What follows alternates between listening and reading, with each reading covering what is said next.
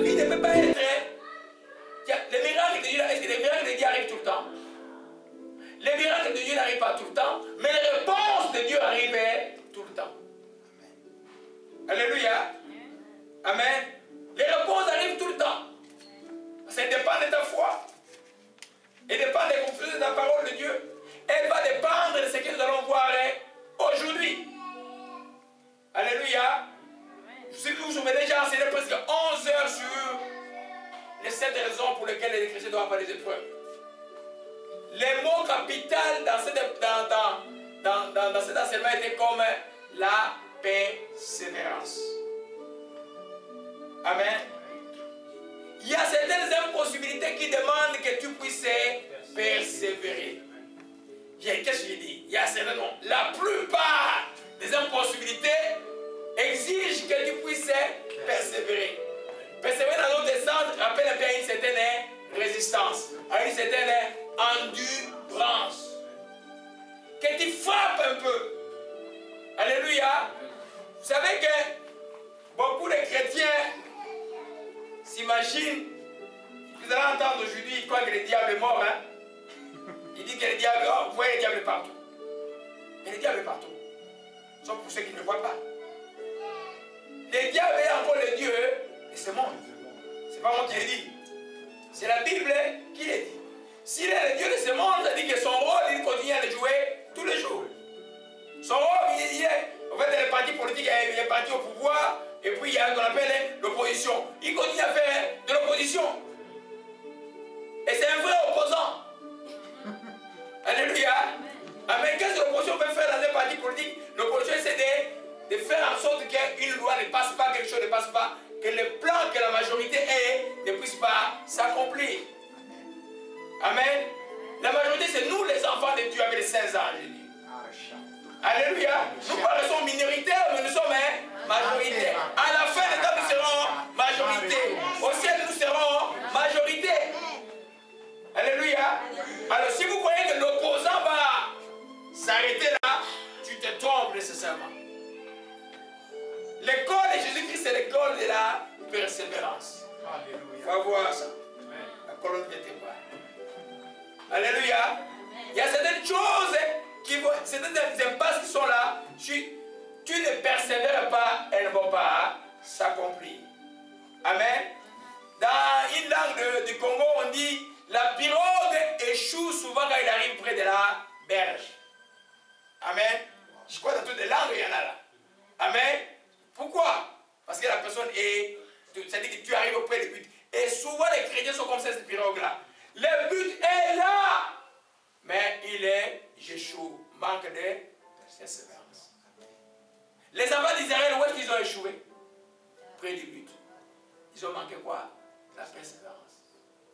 Alléluia. Alors c'est très important de comprendre cela. Même des fois tu as vu une vision claire d'une bénédiction.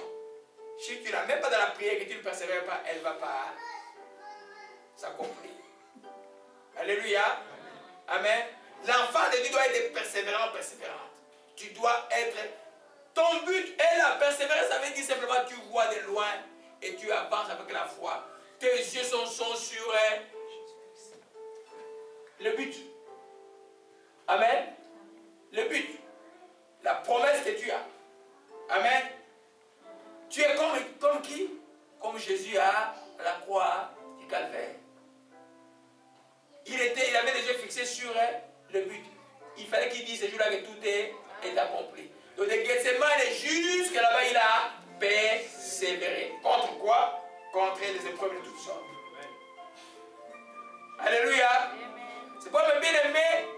Je vous dis simplement, c'est des choses pratiques. Mais là, quand tu as une épreuve, vite, essaye de persévérer, tu vas voir. Alléluia. L'enseignement d'aujourd'hui est très pratique parce que tout ce qui est dans la souffrance là est toujours bon. Alléluia. C'est comment se sont mis dans la souffrance l'enseignement. Oh, gloire à Jésus-Christ. Amen. Dieu est bon. Alléluia. Amen. Amen. Gloire à Jésus-Christ. Donc, nous écrivions hier que la persévérance est la foi de tous les jours contre les obstacles de vie. La foi, tu l'as aujourd'hui. Mais si tu l'as demain, Tu l'as après-demain, il a après-demain. Pendant que tu es en train de persévérer, tu persévères, tu regardes la foi tous les jours, tu deviens un homme persévérant. Alléluia. La foi qui défaille n'obtient rien. La foi qui continue tous les jours c'est une endurance, c'est une persévérance.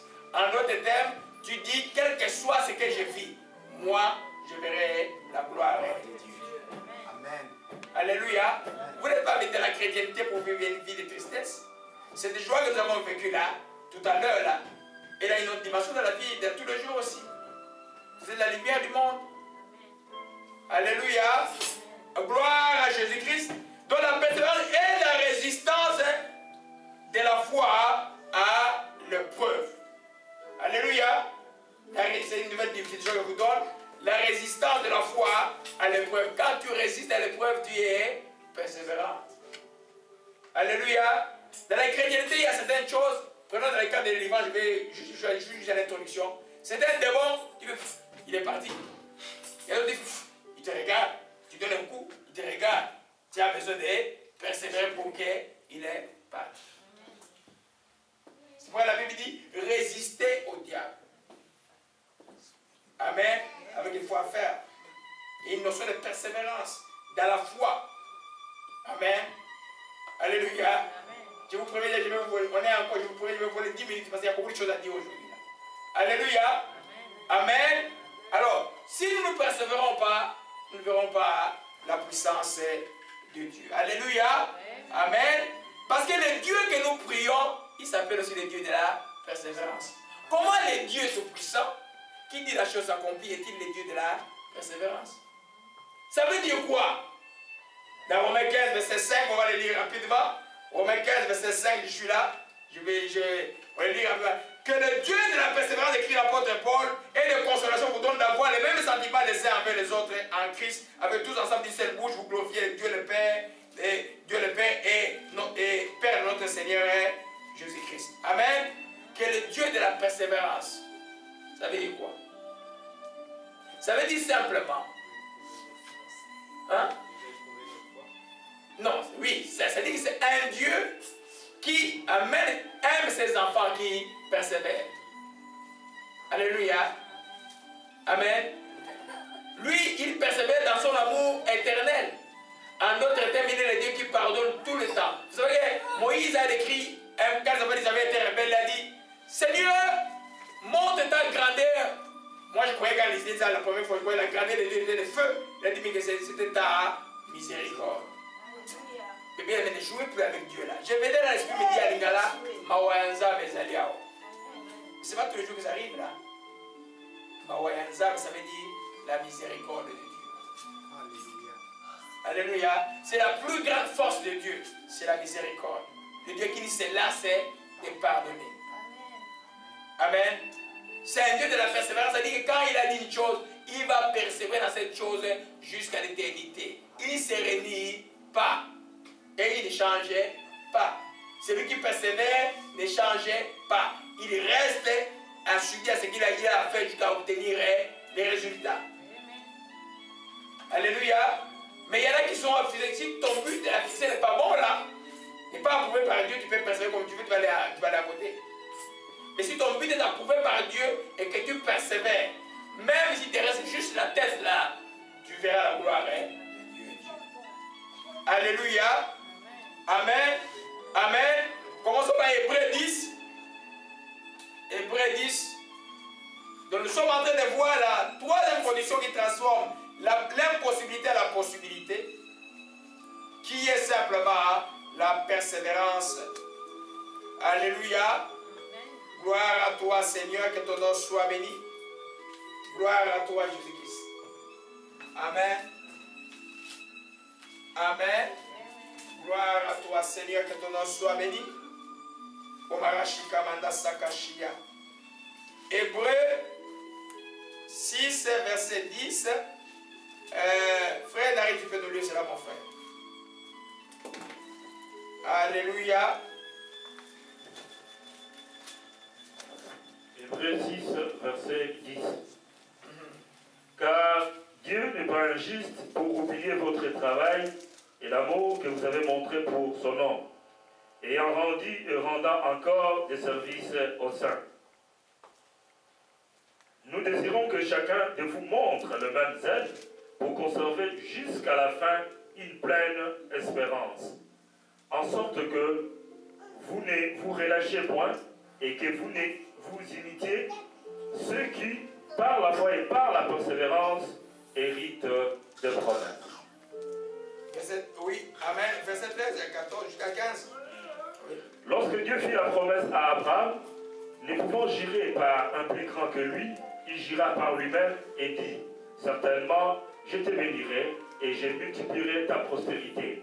Et c'est ainsi qu'Abraham, ayant persévéré, obtint ce qui lui avait été promis. Amen. Amen. C'est ainsi qu'Abraham ayant persévéré. C'est notre Père de la foi, non? Vous voyez? Ayant persévéré, obtint l'effet de la promesse, ou la tangibilité de la promesse, ou la réponse voulue. Alléluia. Amen.